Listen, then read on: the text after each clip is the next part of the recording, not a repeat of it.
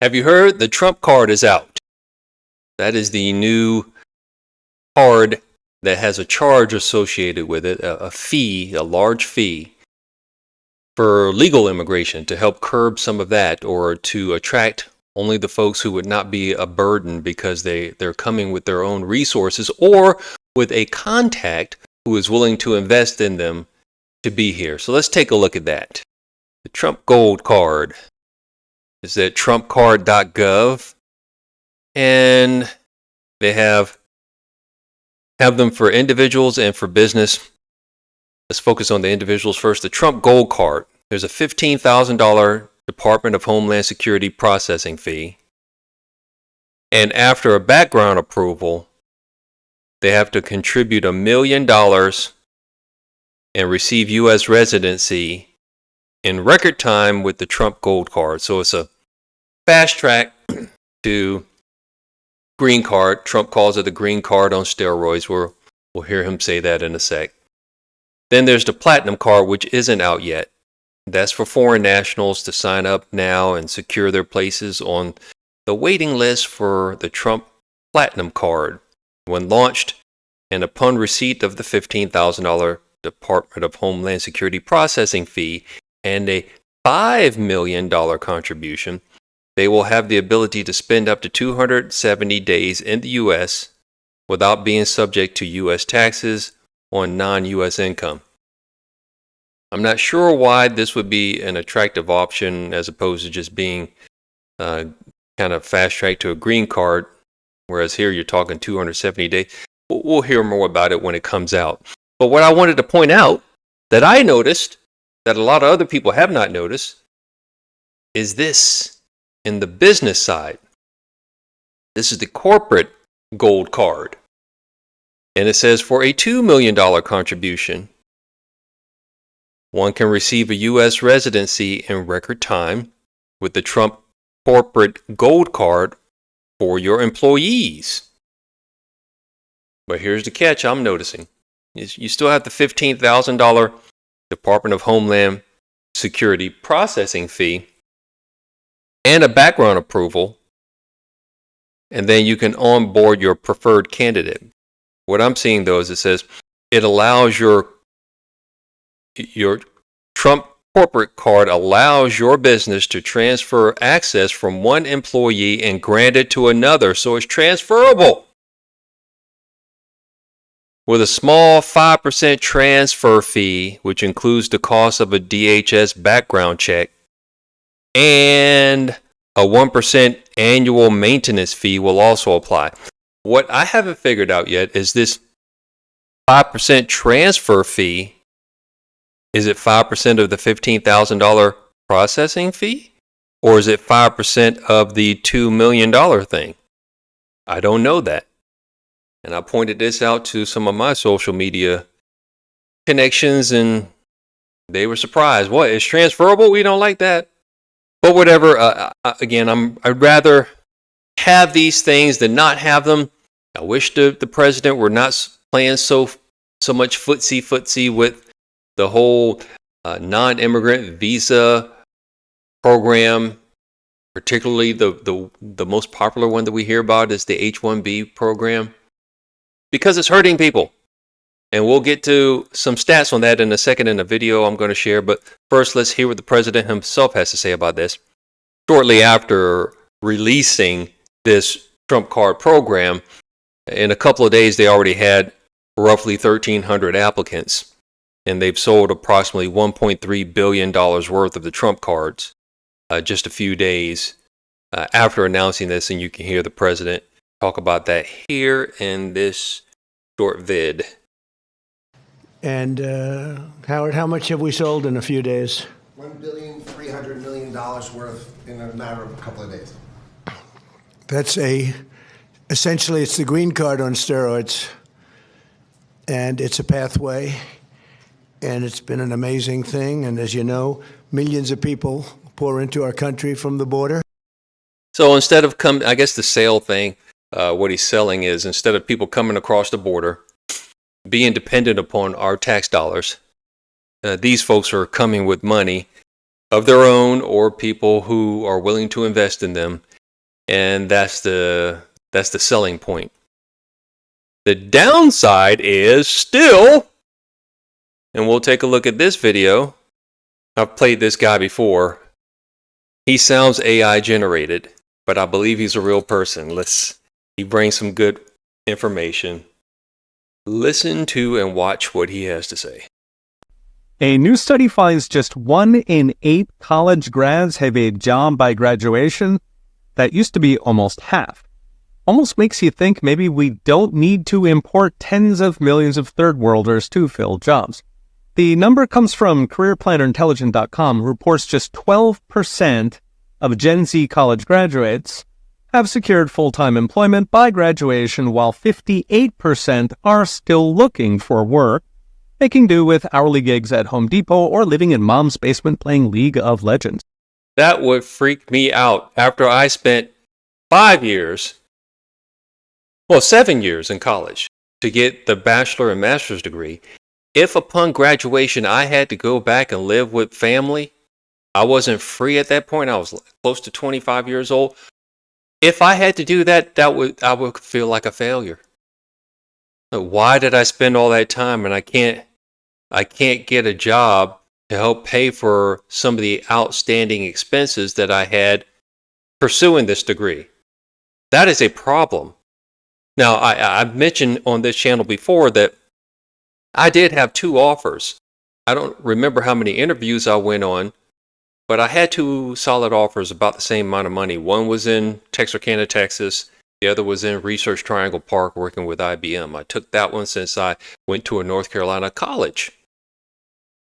Guys who graduated before me, a few years before me, they may have had I tell the story of a guy who said he had 7 interviews and 5 offers. A guy who graduated a few years before him said he had 8 or 9 interviews and 7 or 8 offers. So it was on the downswing by the time it got to me. If it's worse for people today, that burns me up, because I know the cost of college is roughly 6 times what it was, or at least to go to the same university I went for undergrad, it's about 6 to 8 or 9 times more for someone to come out with the same education, and they're only going to make maybe 2.5 times what my starting salary was. For it to be the same return on investment, it needs to be 6 to 8 times what my starting salary was, because that's what it costs. Let's let this man continue. For comparison, almost half of millennials and Gen X had a job by graduation. In fact, according to the Bureau I was part of Gen X. I guess I was part of that half that had a job upon graduation. of Labor Statistics, the unemployment rate for 20 to 24-year-olds is now almost 10%, the worst since the molasses speed recovery after the 2008 crisis. So people are graduating now, the generations today, only 10% have a job upon graduation? 10, 12%? That stinks. Well, ominously, the unemployment rate is now identical for young people with college degrees and high school degrees. A year ago, it was a third worse for high schoolers. In other words, the 150,000 degree is now zero protection. Intelligent blames AI taking entry-level cubicle jobs, but a big part is also the hiring binge in 2021 and 22 when companies were competing with stimmy checks, paying 20-somethings to also play video games in the basement. Meanwhile, a separate study from LinkedIn found entry-level hiring is down Stimmy, I think he means stimulus checks. Entry-level hiring is down 17% since pre-COVID. 17% since pre-COVID, with hardest hit being tech, finance, and marketing, which are all AI exposed, while healthcare and construction are holding up just fine. This all means recent grads are taking what they can get. Resume Builder found almost 40% of Gen Z college grads are working blue collar or the trades. These are college grads, so they wasted the degree. Another study by Cengage found just 30% of recent grads found a job in their field, as in 70% of the degrees were wasted, 150K down the drain. Keep in mind, this is all with AI still in its early days, waiting to fix the hallucination problem before it deploys at scale in millions of companies. So as next brought to you by I Trust Capital, If millennials thought they had it tough with 2008, they ain't seen nothing. Between the COVID hiring hangover and AI, we are in the early stages of a no-hire, no-fire economy where companies might hold on to older workers, but they are in a hiring strike for Gen Z. Deportations could buy us a couple years, assuming college grads are willing to take a real blue-collar job, and more help is on the way from the trillions of investment dollars Trump is bringing in trade deals, along with a Fed that just flipped to job-creating money printing at the expense of inflation down the line. Still, unless we make it much easier to create jobs and gigs, so less red tape, less employment tax, more startups, Gen Z is cooked. Follow for daily videos. Okay, we'll be watching. See you next time. I don't want to pile on and say that Gen Z is cooked. I don't like that kind of talk. I like solutions. What are we going to do about it? 4th of July comes up here soon, in roughly half a year, and we will be 250 years old as a nation. The American people have to feel some tangible relief by then, en masse. They have to, or it's going to be problematic not only for them, but for the president himself, because people will want to vote in change, and that change will be opposite his party, and then he'll be impeached, and any other things he plans on trying to do will get thwarted, and it won't be too big to rig in terms of a vote on his behalf. And I believe that he can make America great again. It happened in his first term. Things were bad after him, and he's having to play cleanup. I don't know if it's going to happen soon enough. I believe it is going to happen, but I don't know how it can happen if we're not as serious about the legal immigration side as we are about the illegal immigration side. I wish he would stop playing footsie, or at least show me why he's doing it, because it doesn't make sense. I don't know how we're going to get to MAGA if we're playing this game with the legal immigration thing, because it is hurting. That solves a lot of problems. Immigration, period. We got rid of all the people who are not supposed to be here in the first place, and people who got here under false pretenses. That would take care of the problem that we have with traffic, with transportation, with affordable transportation, affordable housing, affordable health care, affordable health insurance, homeowners insurance. It would take care of all of those things if we just got serious about that issue. And he's been the most serious of any candidate that I've seen. I think the tech people might be playing him. I hope they're not.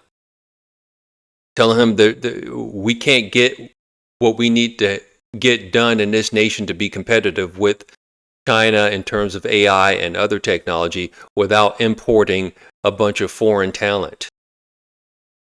And for the president to bring up, we don't have the, on 60 Minutes interview, we don't have, no, it was with Laura Ingraham on Fox News, when she said, no, we don't have certain talents when it comes to missile systems and blah. Well, foreign nationals are not allowed anywhere near missile systems. You have to be a citizen with a security clearance. So I'm not sure where he's coming from on that. And we've been building missiles. In fact, I worked as a contractor at a place called Pantex Plant, which makes, manufactures, maintains, assembles, and disassembles nuclear weapons. So what they do, along with other organizations in the Department of Energy, along with Raytheon Missile Systems, we have the talent to do that here. We still have the talent to build ships. We probably aren't building as many, but to hear even Secretary Scott Bessent, Secretary of Treasury, say, we don't have the talent here right now to build ships. I'm like, we have shipyards across the nation, Navy shipyards. I have friends who work at them. I've driven by them. I've been on naval bases where we have shipbuilding. in the Norfolk and Newport News area of Virginia. I've been there. I'm sure they have similar stuff out in San Diego and other naval facilities across the U.S. So can we stop that lie? I mean, you're not going to fool me. I have family in the Navy, or used to be. My grandfather was a veteran of the Navy. My stepfather is a veteran of the Navy. And I've supported the Navy as a government contractor myself. So I've seen the shipyards. Anyway, if you've been following me, you've heard me say on more than one occasion, if I had biological children, I'd have a hard time encouraging them to go into tech right now when the government itself has acknowledged in the proclamation that Trump put out in late September of this year that 2 out of 3 people in tech are foreign born. Where I worked earlier this year, 3 out of 4 people at least were foreign born.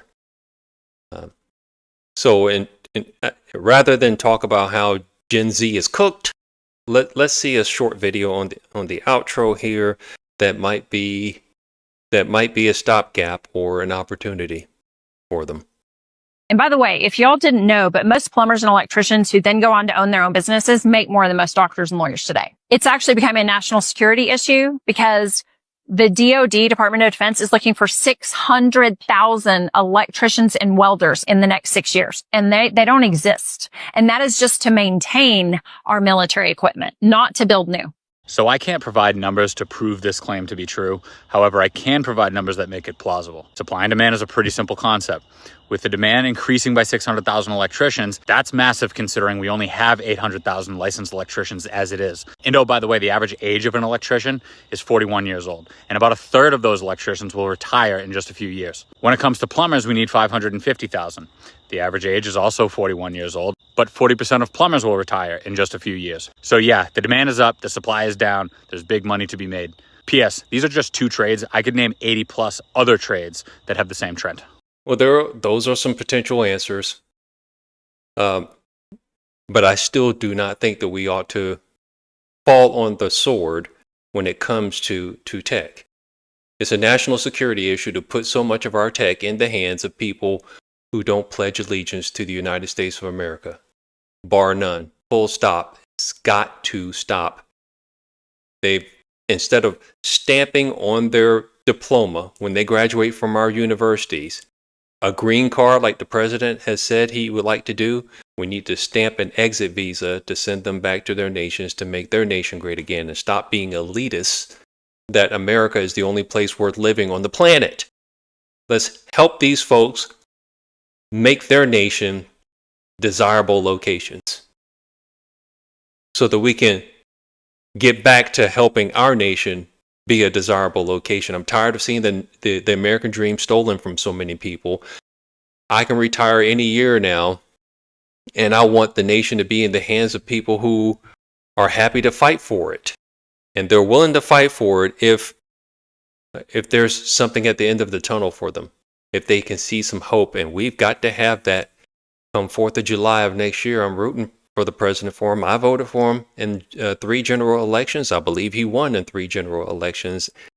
But I just keep hearing and watching him kind of play footsie with this whole H-1B and OPT and F-1, all these other visas. Putting the $100,000 cost there in his proclamation, and now having these Trump cards. These are good steps in the right direction. I do think he needs to be as heavy-handed with this, though, as he has been with the illegal immigration. So I'll continue to watch. I'm rooting for him. I'm rooting for America. That's all for now. Talk to you next time. Bye-bye.